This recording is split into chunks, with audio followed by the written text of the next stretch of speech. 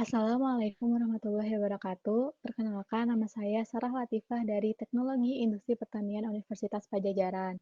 Di sini saya akan menjelaskan tentang salah satu produk bioindustri yaitu Gelanggang. Nah, apa sih Gelanggang ini? Gelanggang merupakan biopolimer yang berasal dari mikroorganisme dan termasuk ke dalam ekspolisakarida mikroorganisme. Gelanggang merupakan polisakarida ionik yang bermassa molekul tinggi. Gelanggang yang asli biasanya mengandung sekitar 0,5 mol asetil dan 1 mol substituen gliseril per unit berulang. Gelanggang merupakan agen pembentuk gel. Kadar air pada gelanggang bisa mencapai 0,65 gram per gram gelan pada suhu 25 derajat Celcius. Gusi asil yang tinggi pada gelan membentuk gel yang lembut, elastis, dan fleksibel. Namun, pada gelan deacylated membentuk elastis, rapuh, dan keras. Hidrogel gusi gelan memiliki sifat yang mekanik dan tidak toksik.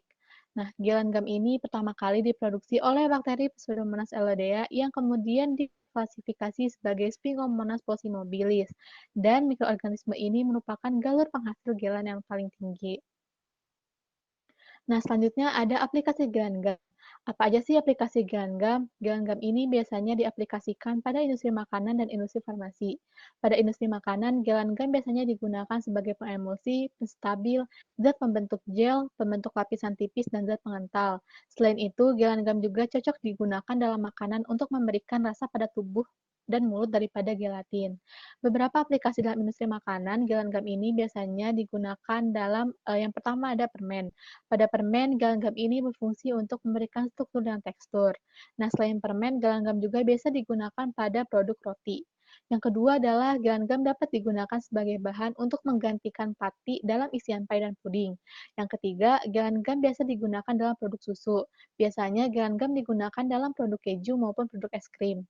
Nah, yang keempat ada galanggam digunakan pada produk selai dan jeli. Yang kelima pada makanan hewan. Makanan hewan biasanya tersedia dalam bentuk kering maupun bentuk kalengan.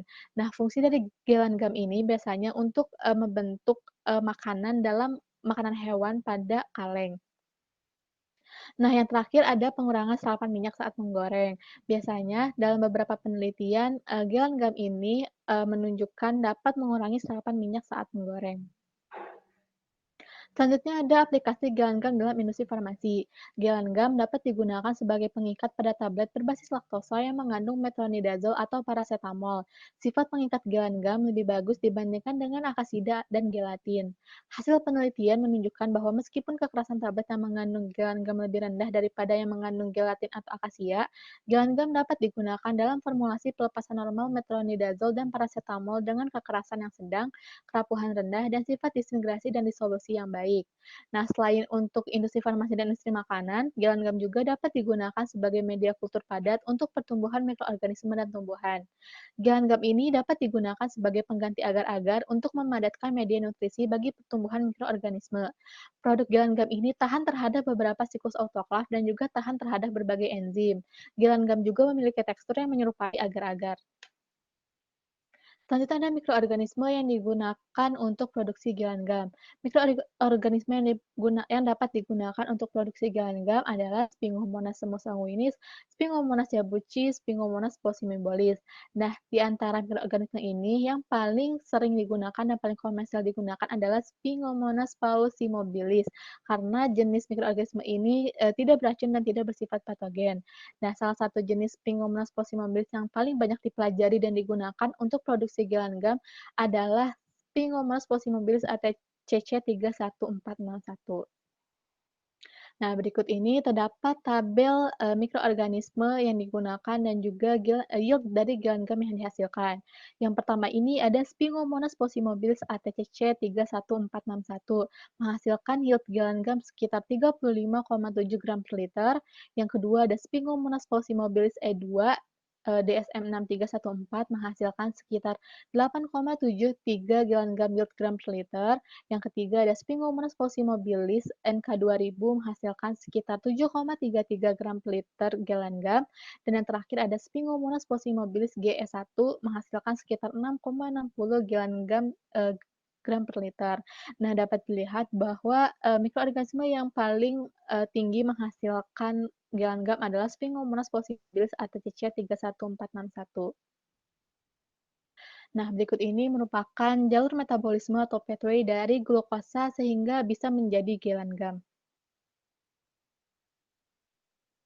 Nah, selanjutnya ada bahan baku. Menurut beberapa penelitian, pemanfaatan sumber karbon ekonomi seperti molase, gliserol mentah, dan whey keju dapat digunakan untuk produksi gusi gilan.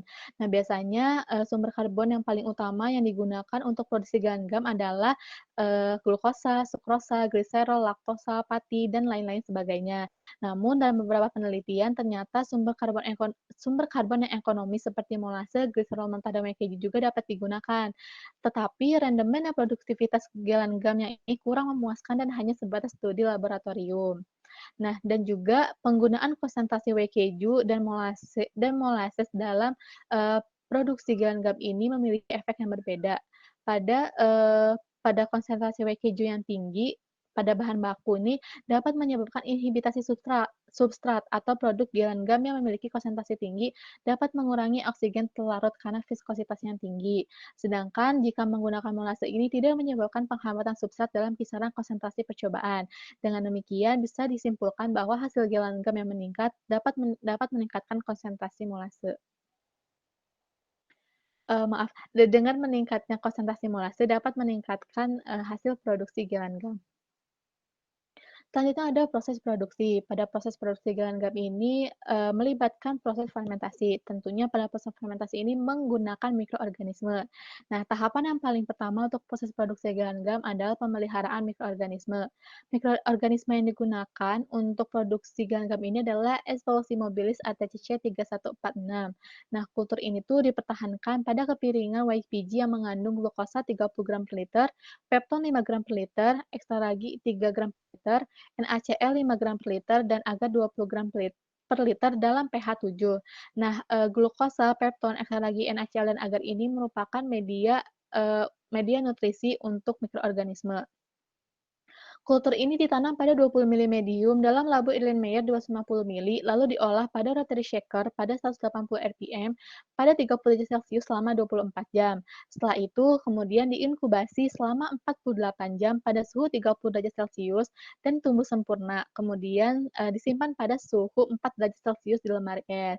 Nah, pertumbuhan maksimum dari Spingomonas polymobilis ini terjadi saat media yang digunakan adalah media YPG. Media YPG ini merupakan media kompleks yang mengandung unsur hara, vitamin, dan faktor pertumbuhan. Media YPG ini sangat baik untuk mempertahankan kultur mikroorganisme. Yang kedua adalah media produksi. Media produksi ini dibuat untuk, proses fermentasi. Media yang digunakan ini memiliki komposisi sumber karbon 20 gram per liter, Na2HPO4 10 gram per liter, K2SO4 1 gram per liter, NaCl 1 gram per liter, NH42SO4 0,15 gram per liter, CaCl2 atau 2H2O 0,01 gram per liter, MgSO4 atau 7H2O 0,2 gram per liter, FeSO4 atau 7H2O sekitar 0,001 gram per liter, dan ekstralagi 0,5 gram per liter dan dibuat dengan pH 7. Nah, media produksi ini digunakan sebagai media untuk fermentasi pada produksi gilan. Yang selanjutnya ada proses inokulum. Sel loopful, Spingomonas polymobilis ini diinokulasi ke dalam 20 mili media steril. Nah, media steril ini sebelumnya telah diautoklav pada 121 derajat Celcius selama 20 menit supaya medianya menjadi steril. Kemudian setelah dimasukkan ke dalam media steril ini, diinkubasi selama 24 jam pada 30 derajat Celcius pada 180 rpm dan digunakan sebagai inokulum. Nah, inokulum ini fungsinya untuk mengembangbiakan atau, menumbuhkan mikroorganisme dalam media yang baru, sehingga mikroorganismenya ini, bisa adaptasi dengan media yang baru. Kemudian selanjutnya ada proses fermentasi. Nah, proses fermentasi ini tentunya, menggunakan mikroorganisme. Nah, mikroorganisme ini diambil dari mikroorganisme yang sudah dilakukan inokulum pada tahapan sebelumnya. Gam ini difermentasi secara aerob, sehingga pada proses produksi gam sangat-sangat diperlukan oksigen yang terlarut untuk, proses produksi gamnya. Fermentasi dalam skala laboratorium biasanya dilakukan dalam labu Erlenmeyer 250 ml yang berisi 50 mili media produksi. Kemudian, diinokulasi dengan 10% Vipervi dari kultur Spingomonas falciparum yang berusia 20 jam inokulum. Labu yang diinokulasi ini disimpan pada rotary shaker pada suhu 30 pada 180 rpm, eee, untuk interval waktu yang diinginkan. Jadi kita mendiamkannya untuk proses fermentasi selama, beberapa waktu atau untuk beberapa interval waktu. Selanjutnya ada pemulihan native Gland. Tentunya setelah kita melakukan fermentasi, terdapat produk yang dihasilkan. Nah, untuk mendapatkan produknya kita perlu memulihkan ikan supaya bisa mendapatkan, gam yang asli. Nah, setelah fermentasi ini, kaldu fermentasinya itu direndam dalam water bath mendidih selama 15 menit dan kemudian disentrifugasi pada 8.000 rpm selama 30 menit pada suhu 4 derajat Celcius untuk memisahkan biomasa dan juga untuk membunuh sel-sel yang tetap berada pada polisakarida. Juga dapat secara lembut mengurangi viskositas kaldu dan memfasilitasi pencampuran selama pengendapan. Volume yang diukur dari supernatan bebas sel sekitar 10 mili ditambahkan ke dalam 3 volume alkohol isopropil dingin dan campuran supernatan alkohol disimpan selama semalaman pada suhu 4 derajat Celcius untuk mengendapkan gelan. Endapan yang terbentuk kemudian dipulihkan dengan sentrifugasi pada 1000 rpm selama 30 menit pada suhu 4 derajat Celcius. Setelah dilakukan pemulihan, tahapan selanjutnya adalah pemurnian. Gum-gilang yang diperoleh setelah pengendapan alkohol dicuci berulang kali dengan asetan dan ether, dilarutkan dalam air deionisasi dan didialisis dengan air deionisasi dengan menggunakan tabung dialisis dengan batas massa molekul 12.000 sampai 14.000. Setelah dialisis selama 2-3 hari dengan 4 atau 5 perubahan air deionisasi, larutan diliofilisasi untuk membentuk bubuk gilan kering gilan. Nah, ini merupakan proses pembekuan untuk, mengeringkan atau membekukan gilangan sehingga berubah menjadi bubuk kering. Dan terakhir ada pemulihan galan deasetilasi.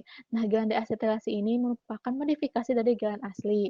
Nah, perbedaan dari pemulihan galan deasetilasi dengan pemulihan galan asli atau native galan adalah, eee, pemulihan galan deasetilasi menggunakan perlakuan basa untuk menghasilkan galan gam deasetilasi.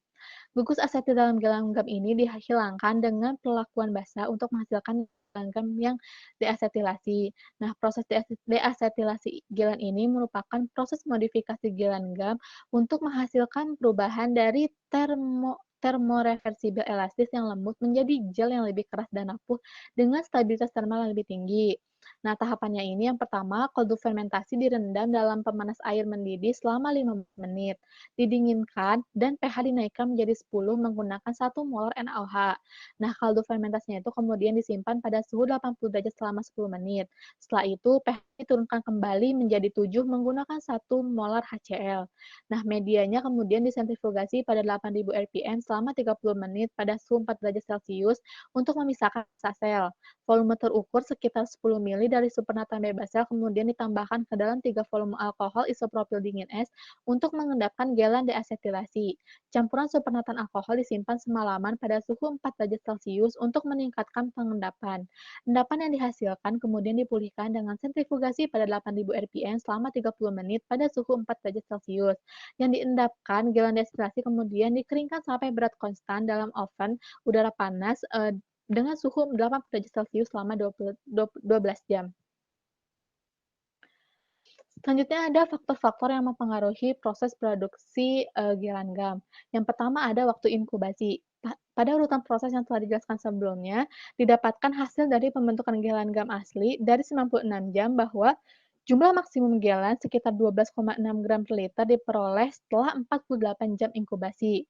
Nah, pada gambar ini menunjukkan, pengaruh waktu inkubasi terhadap hasil, dari gilan gam. Nah, dapat dilihat bahwa waktu inkubasi 48 jam ini menghasilkan gelanggang yang paling maksimum sekitar 12,6 gram per liter. Yang kedua adalah ada, faktor umur dan ukuran inokulum. Lamanya fase lag ini umumnya itu dipengaruhi oleh ukuran inokulum dan umur inokulum. Nah, kedua parameter biologis ini sangat penting untuk mengoptimalkan proses produksi gelanggang.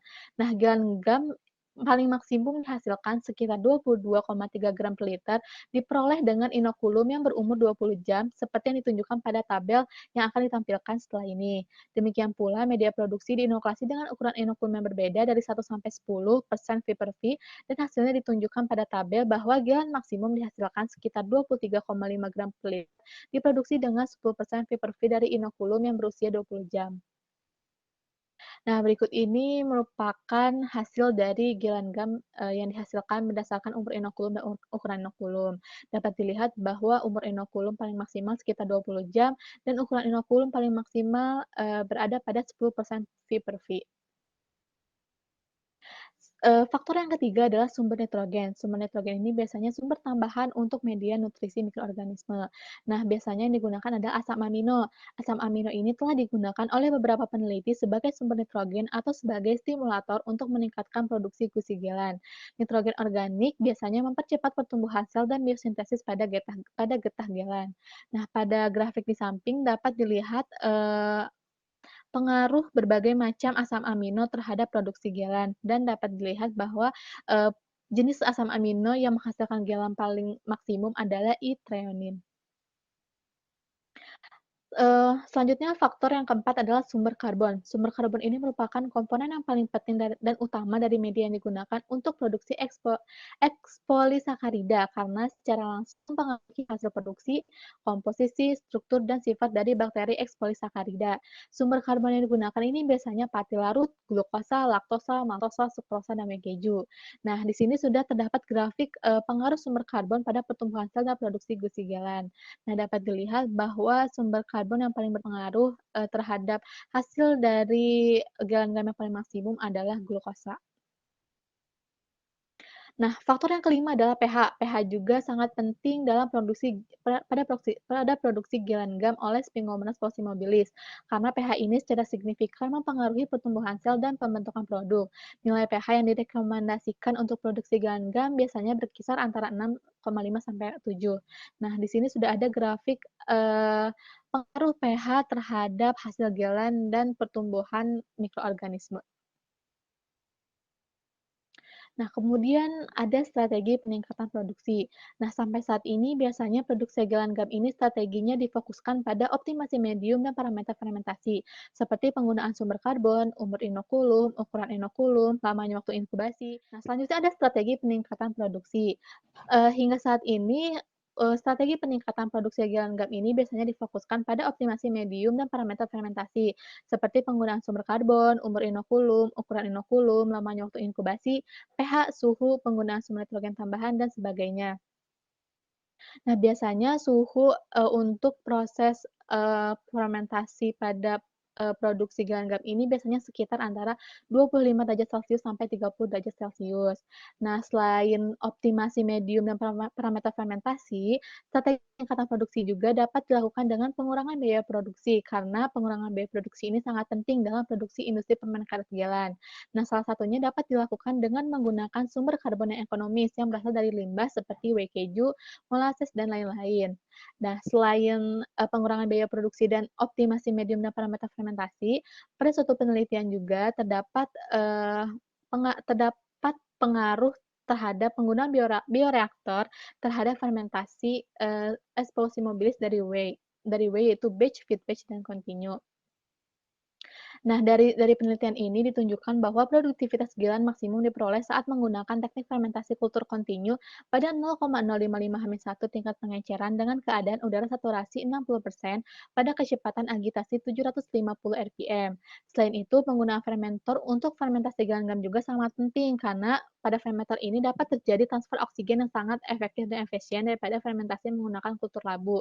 Karena oksigen terlarut ini sangat penting untuk sintesis gilaan sehingga penggunaan fermenter juga sangat mempengaruhi hasil produksi dari gelanggang.